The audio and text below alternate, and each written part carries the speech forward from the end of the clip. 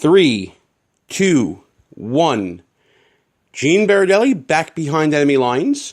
Joining me on the line right now is the man who I want to be when I grow up. Not only is he a great attorney and a great radio host, but he's a great person as well, even though he happens to side with the Democrats every now and then. But believe it or not, we find a lot of common ground. He, of course, is Robert Patillo, Esquire. I like to add that for all my attorney friends. Sir, how are you? I'm great. How are you? I am hanging in there, first show back, and as you know, we're having a little bit of technical issues, but we're working through them. But talking about working through things, my goodness, has our nation been put through the ringer with this entire Kavanaugh confirmation circus, as I like to characterize it? Would you agree that things have gotten out of hand? Yeah, this is ridiculous, and it's completely unnecessary. It doesn't quite make sense why. I'm still yet to figure out what is so special about Kavanaugh that is worth all of this for the Republican Party.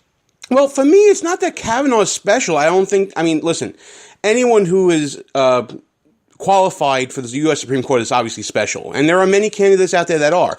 But for me, it would be more about, and we discussed this offline, the precedent that would be set to allow tactics such as these, the unsubstantiated allegations and uncorroborated allegations, to allow to become a disqualifying factor for the Supreme Court. That, to me, is a bigger issue, because that could be used by anyone on either side of the aisle, Robert. Well, of course, I think the Supreme Court has gotten to the point of brinksmanship over the last decade that we're going to have to step back from. The only thing past this is going to be Caesar and Brutus tactics. So we're going to have to reevaluate what we're doing. Since they decided to start using, take away the rule that you had to have 60 votes in the Senate in order to confirm a judge, things have gone completely haywire. We've seen filibusters. We've seen them stealing the seat from Merrick Garland.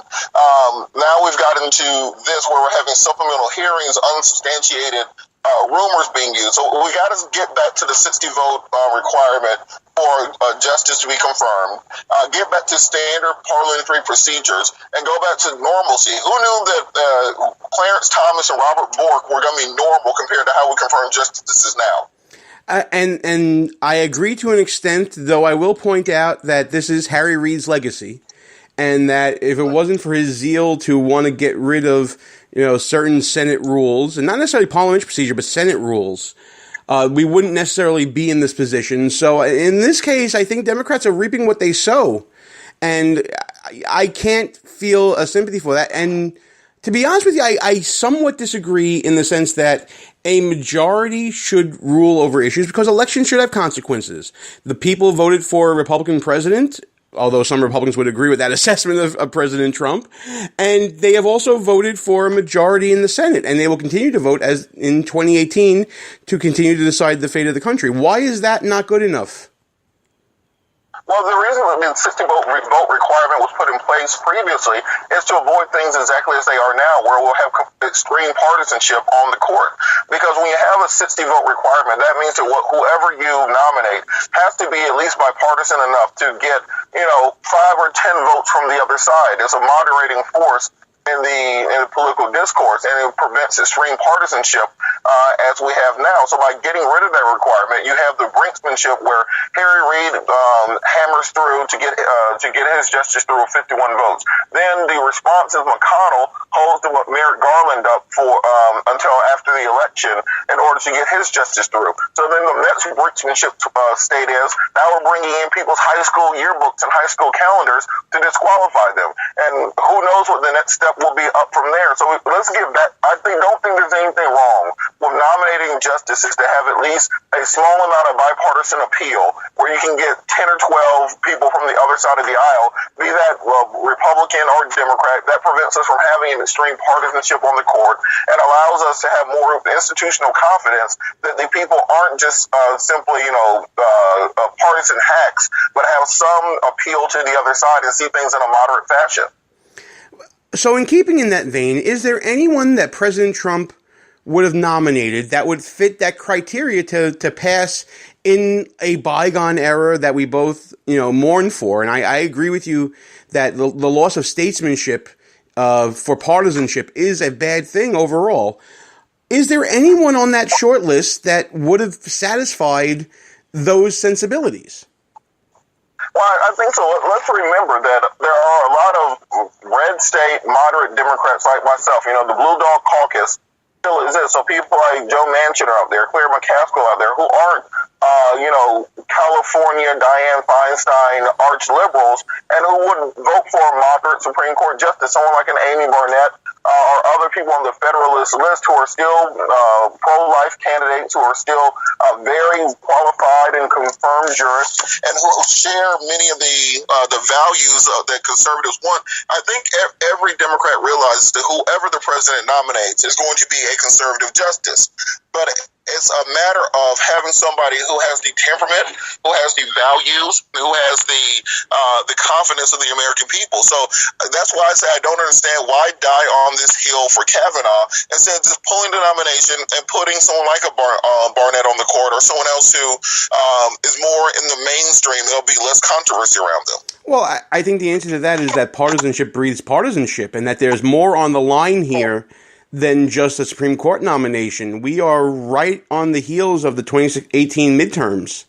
And, once again, we're at the biggest election of our lifetime since the last biggest election of our lifetime. And, the next election is going to be even bigger than that coming up.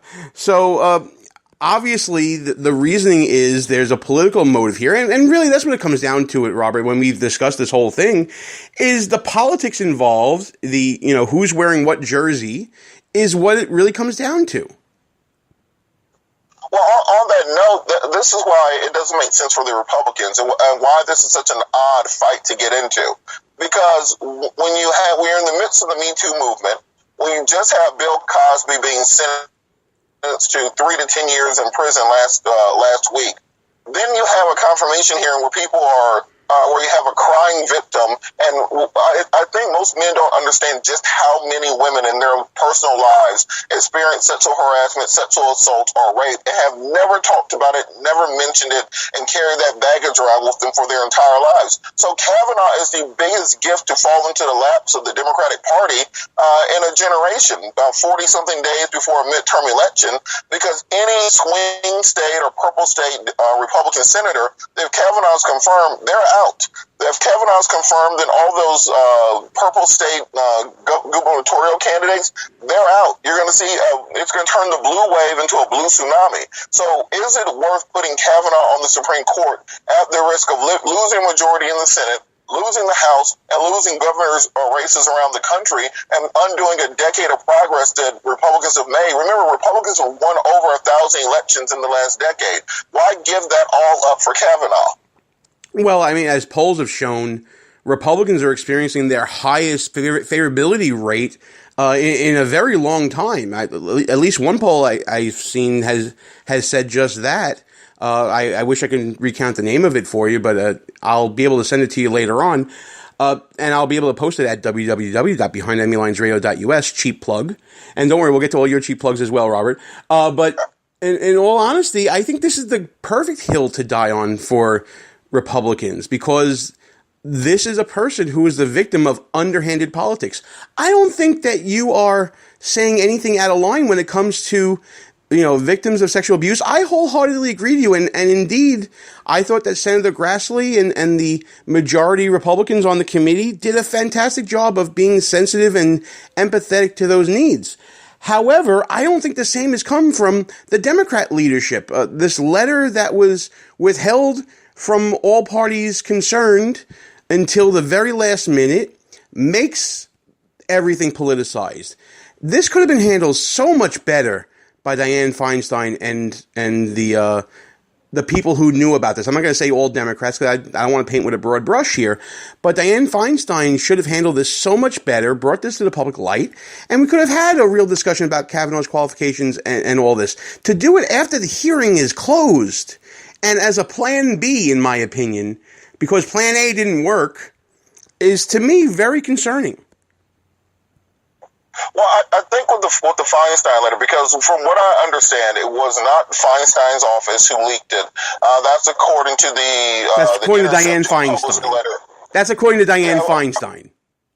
Well, also according to the Intercept, who published the letter. So we know that at least three different offices had copies of the letter, and it was leaked at some point. But I do believe the reason that it wasn't brought up before is because, frankly, in any other context, this wouldn't be a big enough issue to derail a nomination. A girl says that she got felt up at a party 36 years ago. That letter comes to your office. It doesn't exactly strike you as something that you need to make a federal case about. But once it was leaked to the press, that's when it became an issue. So I don't know if you can say it was a Senate Democratic tactic versus someone in our very leaky government. Now we know that because of leaks, that people pulled letters off the president's desk. We know internal gossip. So nothing in Washington doesn't get leaked anymore. That's the problem. But with the Kavanaugh nomination, the point is, once it was leaked, once it did become an issue, I understand the moral stance of wanting to stand by Kavanaugh. But in real life electoral politics, this could be suicide for the Republican Party and the GOP brand to be seen as being the people who put Clarence Thomas on the court, who's been accused of sexual harassment, and then hammering through Kavanaugh, who's been accused of sexual assault. That doesn't look good when you have more women than ever involved in politics and involved in the economy and involved in world affairs. So why make this the place where you want to plant your flag instead of simply saying, look, Kavanaugh, what we'll do is we'll pull your name this time. If Ginsburg dies anytime soon, you'll be right up there. But for now, we're going to put a more consensus candidate there. Seems like that would save the Senate for Republicans and prevent all of these other factors from coming in that really could put the Republicans behind the eight ball in 2018, 2020, even 2024. So a couple of points just in response, and we're talking to Robert Patillo, attorney extraordinaire, host of a radio show in CBS in the Atlanta market, who's really Google the man. He knows what he's talking about. But that doesn't mean I can't disagree with him on a couple of premises that he puts forward right now. Premise number one, that this is more about election politics for Republicans than it is anything else. I tend to disagree with that. I think there's more of a line in the sand being drawn for what is quote unquote right, not necessarily in a political perspective, but what is right as far as someone who is accused.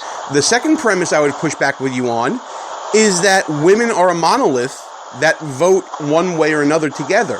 That has not been the truth, and the election results in 2016 bear that out.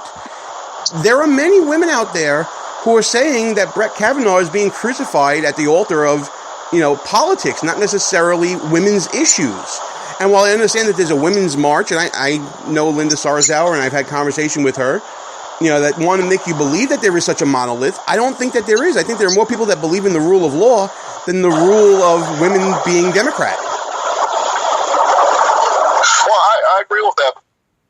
Well, let's understand also from the Kavanaugh hearing last week that we've now with the FBI investigation that even though it's of a narrow scope of what happened with the three allegations against him, once the FBI starts investigating things, I've seen this in my practice with federal cases, the scope expands as they bring more information in. So just as Brett Kavanaugh said, well, I've never been passed out drunk. I've fallen asleep from being drunk. If the FBI interviews somebody who says, yeah, Brett was passed out drunk all the time, well, now he's perjured himself in front of Congress. If Kavanaugh said during the interview with Martha on Fox News, I was a virgin all the way throughout high school and into college. If the FBI investigates one person who says, hey, I had sex with Brett Kavanaugh in 1981, well, then now he's lied to America. That'll be included in the FBI report. The FBI does not make conclusions, but they do report on everything that they learn during the course of their investigation and make those things public. So I don't know if Republicans can have complete confidence that there's nobody who has a picture floating around from 1982 of Brett Kavanaugh somewhere passed out with a beer bottle in his hand. So when this became an issue, this is too toxic for my political taste. If there was a Democrat, I would make the exact same argument that, look, somebody's got to be sacrificed at the altar. Mitch McConnell made the decision to hold up Merrick Garland. Maybe this is the pound of flesh that they're going to extract. Maybe. Does it suck for him? Yeah, but is it worth destroying the entire party over? I would say no. Well, and unfortunately, neither you or I are in power right now, so we don't get to make that decision. But I see the point you're making. However, I think that you don't fight the fights you can win.